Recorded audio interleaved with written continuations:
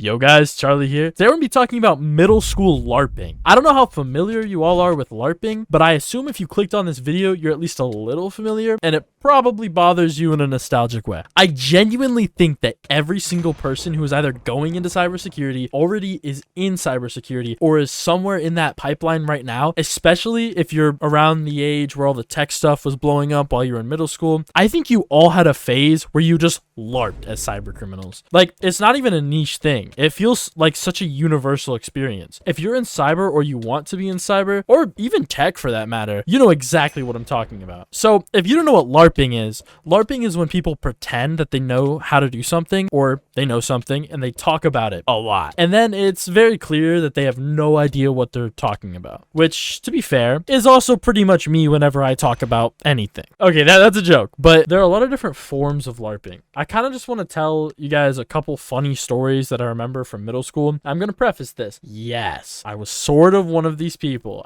but I think it was funny as hell. Like, we all thought LARPing was funny when we were younger. However, there were a couple kids that took it a little too seriously. I'm going to talk about that. It was pretty awesome. It was hilarious. But for the majority of it, we all knew we had no idea how to do anything. We weren't being genuine like, oh my gosh, I'm a dark web hacker. None of us knew what we were doing. We just thought it was funny, and as middle schoolers, we were just stupid. We got a little bit better in high school, but low-key, not by much. I think the most famous example of LARPing is the Hacker Typer website. I'm telling you, if you're between the ages of like 14 and 23, I guarantee you've seen this at some point. It's the website where you just like smash your keyboard, like you just keyboard spam, and fake code appears on the screen like you're in a movie. It was literally one of the stupidest websites ever made, and the people that website produces genuinely need to be studied. And that's the whole product. That's it. That's the business model. And they don't make any money. I think every single cybersecurity student, every tech person, and honestly, even people who aren't in tech at all, just everybody has opened that website in class before and tried positioning their laptop in a way where people behind you can see the screen, so they think that you're actively hacking NASA. And what I think is really funny, and I don't know what it was like for you guys, but for me, there was at least 2 times where my friends and I were on the website and people behind us in class would ask and genuinely thought we were hacking. They didn't really question us. They just believed us. Like, oh my gosh, what are you hacking? And you know, you got to think about it. They're middle schoolers. They don't know what's going on. I still don't know what's going on half the time, and I'm in college. But back then, nobody knew what code actually looked like. So as long as you got the text to move fast enough on the screen, people just assumed you were hacking. You were just in the mainframe. That's all it took. Fast text equals mainframe access. No follow-up questions. I'm sure a lot of you guys remember that, and it was peak. But then there was the whole dark web phase. If you didn't have kids at your school that talked about the dark web constantly, you were really missing out. Like, genuinely, that was a whole subculture for like 2 semesters. Everybody would constantly be like, oh my gosh, yeah, I went on the dark web and I found, you know, this, or oh my gosh, I was buying this. And, you know, we all knew they were lying. They weren't even LARPing at that point. They were just straight up lying. Like, oh yeah, I found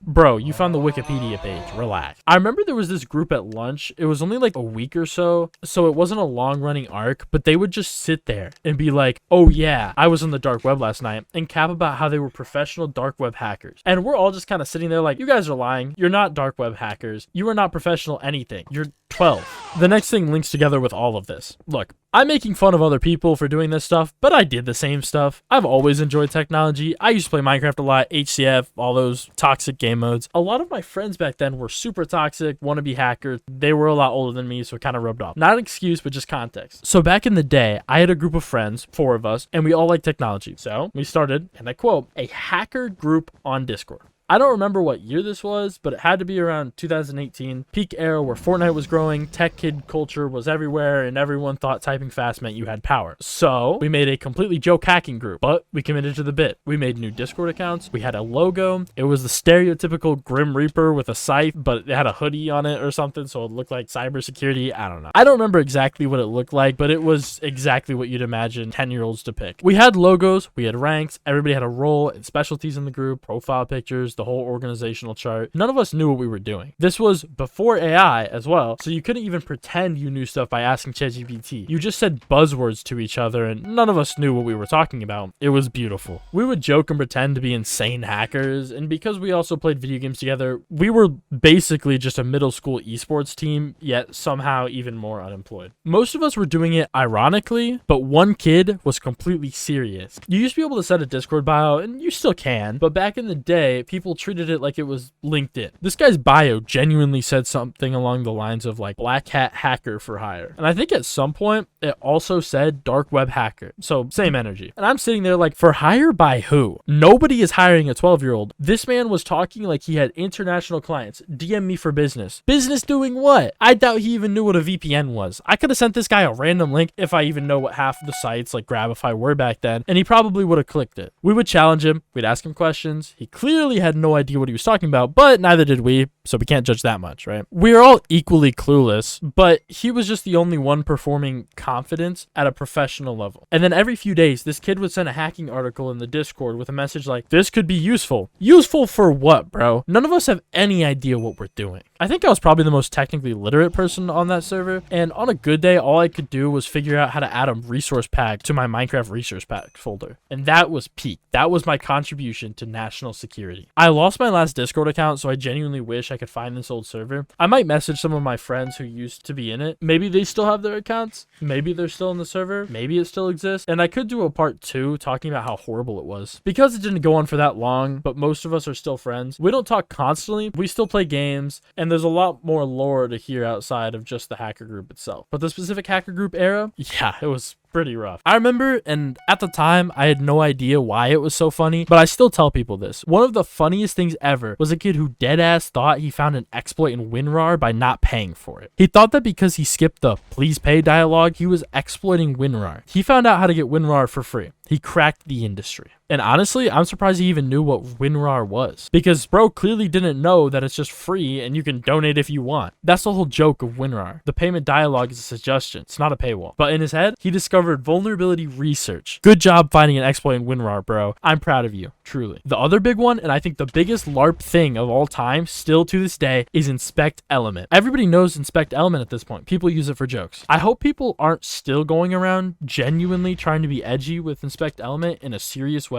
If you are, that's incredible. Please keep doing it so that I have content. Everybody knows how to use inspect element. If you don't, you use Google, and it's pretty simple. Right click, inspect, change an element on the page. Middle school weapon of mass deception. My favorite inspect element story. Still middle school, because obviously we only LARP during middle school. One day, I don't remember if it was midterm specifically or just a test, but our grades got released. We used whatever software school had. You sign in with your school login, you can view your grades. Your parents can also view your grades. There was a desktop version, the whole bureaucratic system. We're all going over our grades. Most of us did okay. We weren't like super crazy good students, but we weren't failing either. We all had pretty much the same range, A minuses, 90s. And then one of our friends pulls up like, yo, how'd you guys do? And we're like, you know, we did okay. We got whatever, like 90% normal stuff. This bro pulls over his laptop, already smiling like he's about to ruin our day. And he's like, dude, I got 106. And we're just like, what? We don't believe you. You did not get 106%. That's not a thing. Nobody gives extra credit in your final displayed grade like that. When they do extra credit, it doesn't show up as 106% in the portal. That's not how school software works. This isn't a video game. He pulls up his laptop, shows us, literally has 106% on the screen. We're in absolute disbelief. Like, holy crap, dude. What did you do? How on earth did you get 106%? And he's basically doing the whole,